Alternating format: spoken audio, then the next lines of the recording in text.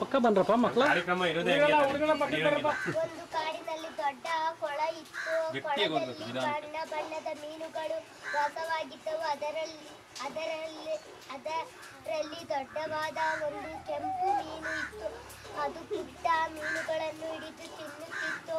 ಗಾಬರಿಗೊಂಡ ಪುಟ್ಟ ಮೀನುಗಳು ಒಮ್ಮೆ ಸಭೆ ಸೇರಿದವು. ಉಪಾಯವೊಂದು ಹೂಡಿತು. ದೊಡ್ಡ ಮೀನಿನ ಅಹಂಕಾರದಲ್ಲಿ ಎಲ್ಲ ಪುಟ್ಟ ಮೀನುಗಳು ನಿಂತವು. ಹಾಗೆಯೋ ಚಲಿಸಲು ಆರಂಭಿಸಿದವು. ಈ ಪುಟ್ಟ ಮೀನುಗಳ ರಾಶಿಯು ಒಂದು ದೊಡ್ಡ ಮೀನಿನಂತೆ ಕಾಣುತ್ತಿತ್ತು. ಇದನ್ನು ಕಂಡ ದೊಡ್ಡ ಕೆಂಪು ಮೀನು ಗಾಬರಿಗೊಂಡಿತು. ಅಲ್ಲಿದ್ದ ಬೇರೆ ಹೊರಟು ಹೋಯಿತು. ಸಿಂಹ ಮತ್ತು ಈಗ ಓದುದಲ್ಲ ಆ ಕತೆ. ಜಂಬದ ಮೀನು. ಮೀನು ಹೆಂಗ್ ಜಂಬ ಪಟ್ಕೊಳುತ್ತೆ ಅಂತ ಗೊತ್ತಾ? ಇನ್ನೊಂದು ಕಾರ್ಡ್ ಕೊಡ್ತೀನಿ, ಓದ್ತೀಯಾ? ಬಿಡಿ ಸರ್.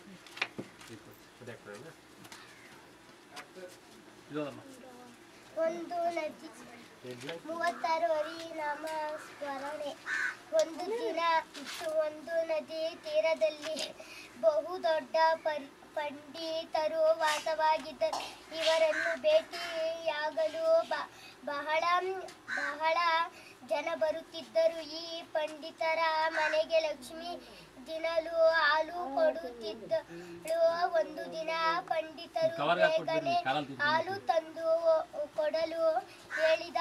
ಲಕ್ಷ್ಮಿ ತಂಡವಾಗಿ ಬಂದಳು. ಆಗ ಪಂಡಿತರು ಸಿಡಿನಿಂದ ಅವಳಿಗೆ ಹರಿನಾಮ ಸ್ಮರಣೆಯಿಂದ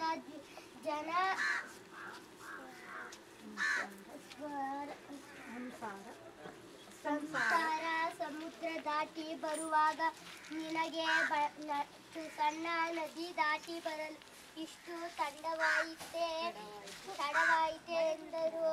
ಮಾರನೇ ದಿನ ಲಕ್ಷ್ಮಿ ಬೇಗನೆ ಬಂದಳು. ಆ ಪಂಡಿತರು ಅಂಬಿಗ ಇಲ್ಲದೆ ನದಿ ರೂಪ, ನೀನು ಆ ಕಾರ್ಡೆಲ್ಲ ಮೊದಲು ನೋಡಿದ್ದಲ್ವಾ? ನಿಮ್ಗೆ ಹೊಸ ಬುಕ್ ಕೊಡ್ತೀನಿ. ಹೊಸ ಬುಕ್ ಹೀರೋ ಕೊಡು, ಗಟ್ಟಿಯಾಗಿ ಕೊಡು. ಯಾವ್ದು ಈ ಬುಕ್ ಹೆಸರೇನು?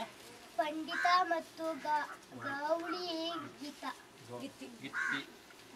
ಒಂದು ನದಿಯು ತೀರದಲ್ಲಿ ಒಬ್ಬ ಪಂಡಿತ ನಿಂತ. ಆತ ಬಹುದೊಡ್ಡ ಪಂಡಿತ. ಅವನು ನಡೆ ಸಮಾಲೋಚಿಸಲು ದೂರದಿಂದಲೂ ಅನೇಕ ಪಂಡಿತರು ಬರುತ್ತಿದ್ದರು. ಅದ್ಭುತ ಪಂಡಿತರೇ, ಈ ಶೋಕದ ನಿಮ್ಮ ವ್ಯಾಖ್ಯಾನ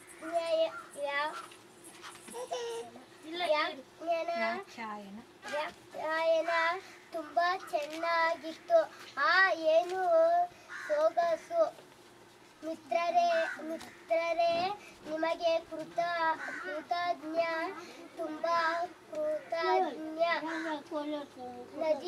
ನದಿಯ ಆಚೆ ದಡದಲ್ಲಿ ಲಕ್ಷ್ಮಿ ಎಂಬ ಗೌಳಿ ಗೀತ